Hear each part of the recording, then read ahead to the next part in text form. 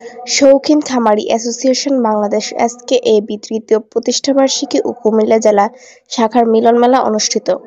নিজস্ব প্রতিবেদক নেকবর হোসেনের প্রতিবেদন।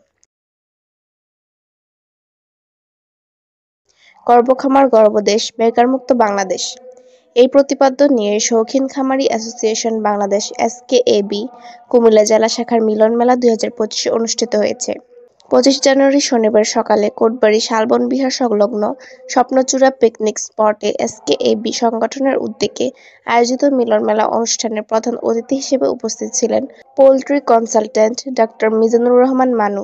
এ সময় সংগঠনের আরও উপস্থিত ছিলেন এসকেএবি এর সাধারণ ও অর্থ সম্পাদক Abu Taher Sourav, management incharge Obaidul Alam, moderator ও management incharge Faisal Zubair, management incharge Mir Rakib Hasan, management incharge ও জেলা প্রতিনিধি মোহাম্মদ মাসুকুর রহমান, ম্যানেজমেন্ট ইনচার্জ গোলাম কিবরিয়া, কুমিল্লা জেলা প্রতিনিধি সৈয়দ সাব্বির হোসেন সহ প্রতিনিধি নিলয় খান আদিল।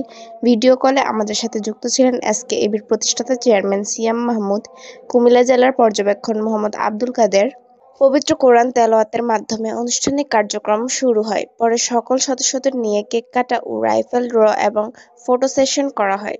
সংক্ষিপ্ত বক্তব্যে অতিথিগণ শৌখিন খামারি অ্যাসোসিয়েশন নিয়ে বিভিন্ন উন্নয়ন পরিকল্পনা বাস্তবায়ন নিয়ে কথা বলেন এবং আগামী দিনে আরও বড় পরিসরে প্রোগ্রামের মাধ্যমে সংগঠনকে এগিয়ে নেওয়ার প্রত্যয় ব্যক্ত করা হয়।